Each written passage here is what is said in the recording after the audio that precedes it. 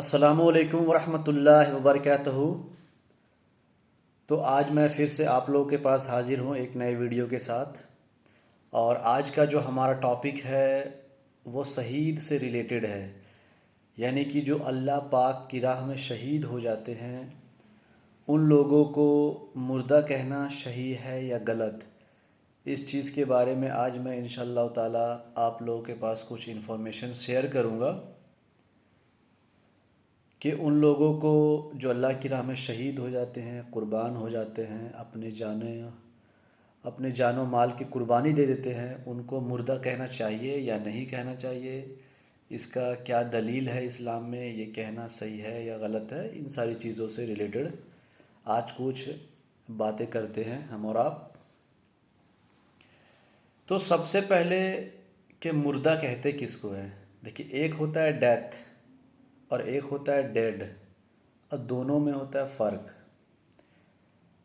Death یعنی کہ انتقال ہو گیا، اور ڈیڈ کہتے ہیں بیسیکلی باڈی کو، فزیکل باڈی کو، جیسے کسی کا انتقال ہو گیا تو اس کی باڈی جو لاس ہوتی ہے اس کو کہتے ہیں ڈیڈ۔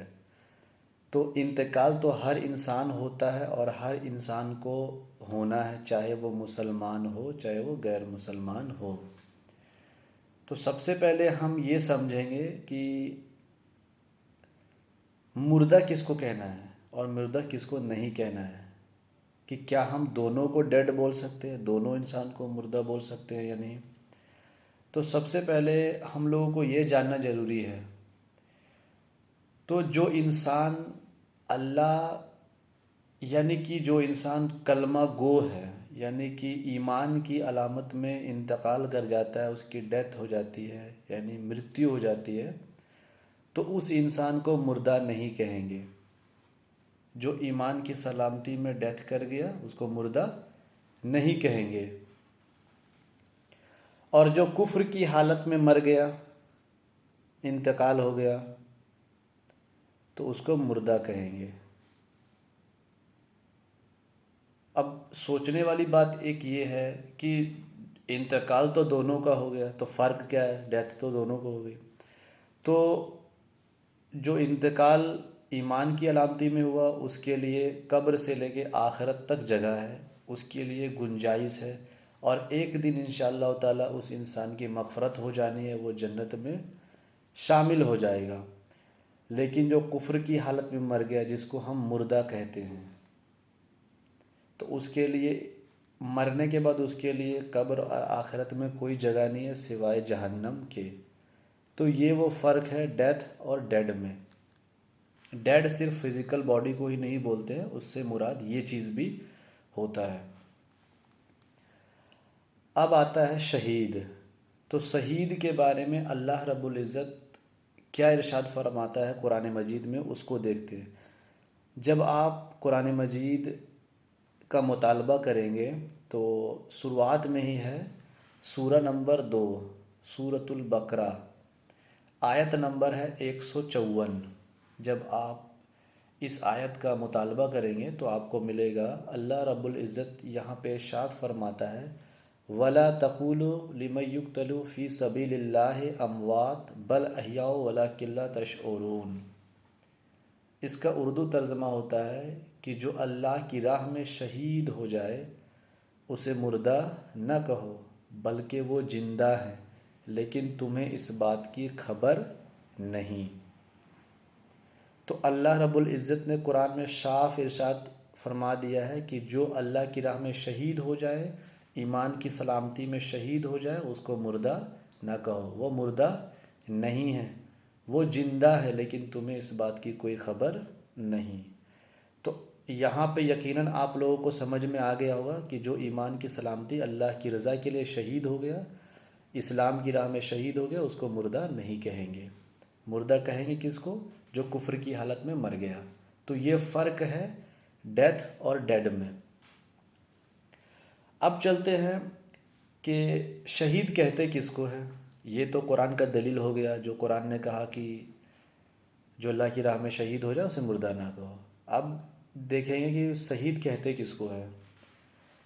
تو عموماً لوگوں کو ایسا لگتا ہے کہ جو اسلام کی راہ میں جہاد کرتے ہوئے اللہ اور اس کے رسول کے لیے لڑ کر کے مر گیا، یعنی کہ انتقال ہو گیا، تو اس کو شہید کہیں گے۔ بے شک وہ شہید ہے جو اللہ کی راہ میں اللہ کی رضا کے لیے اپنی جان کی قربانی دے دیا، اس میں کوئی شک نہیں کہ وہ شہید نہیں ہے، بالکل وہ شہید ہے۔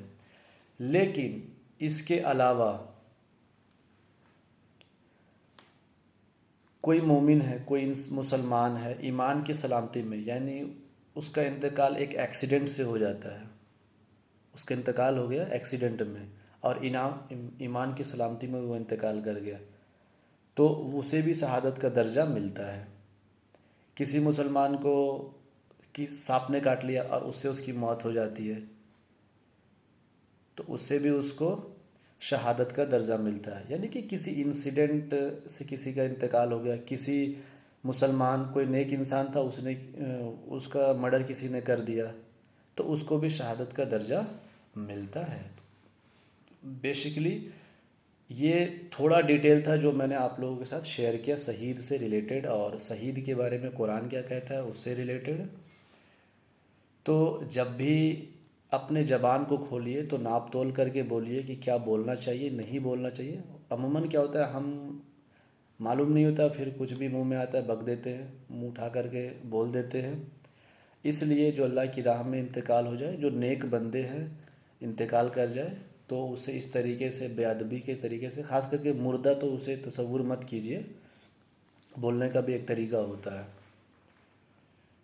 اور اگر آپ جنرلی بھی دیکھیں تو ہر مسلمان قبرستان جاتا ہے، اگر نہیں ہر کوئی تو نہیں جاتا، لیکن جو لوگ بھی جاتے ہیں، میں بھی جاتا ہوں، ابھی دبئی میں رہ رہا ہوں تو ابھی یہاں تو نہیں جاتا ہوں، لیکن جب گھر پہ رہتا ہوں تو میں ضرور جاتا ہوں، اسپیشلی ہر فرائیڈے کو۔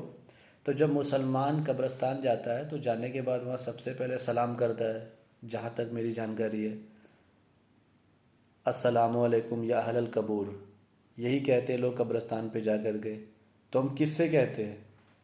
اگر وہ مسلمان اپنی قبروں میں زندہ نہیں ہے، ہمیں نہیں سن سکتا، تو پھر یہ تو کہنا غلط ہوا نا۔ تو یہ ایک لاجیکل چیز بھی ہے، تو اس سے یہ بھی ثابت ہوتا ہے کہ ہر مسلمان، ہر مومن اپنے قبروں میں زندہ ہوتا ہے، وہ ہمیں دیکھ سکتا ہے، سن سکتا ہے۔ فرق صرف اتنا ہے کہ ہم اسے نہ دیکھ سکتے نہ سن سکتے ہیں۔ اگر وہ ہمیں نہیں سن سکتے تھے یا نہیں سن سکتے ہیں تو ہم وہاں پہ جا کے سلام کیوں کرتے ہیں؟ تو مردہ کہنا اور انتقال کرنے میں یہ فرق ہے، تو جب بھی کوئی مسلمان یا کوئی شہید ہو جائے تو اسے بالکل بھی مردہ نہ کہو، وہ مردہ نہیں ہے بلکہ وہ زندہ ہے، اور یہ قرآن کے دلائل سے بھی یہ چیز ثابت ہے۔ تو یہ چھوٹا سا ہمارا آج کا ٹاپک تھا جو میں نے آپ لوگوں کے ساتھ شیئر کیا، اور ان ساری انفارمیشن میں اگر مجھ سے کہیں کوئی غلطی آپ کو لگے کہ یہاں پہ یہ انفارمیشن غلط ہے تو ضرور بتائیے، انشاءاللہ تعالیٰ میں اس کو ریکٹیفائی کرنے کی کوشش کروں گا۔ پھر انشاءاللہ تعالیٰ ملاقات ہوگی اگلے ہفتے، تب تک کے لیے اللہ حافظ، السلام علیکم ورحمۃ اللہ وبرکاتہ۔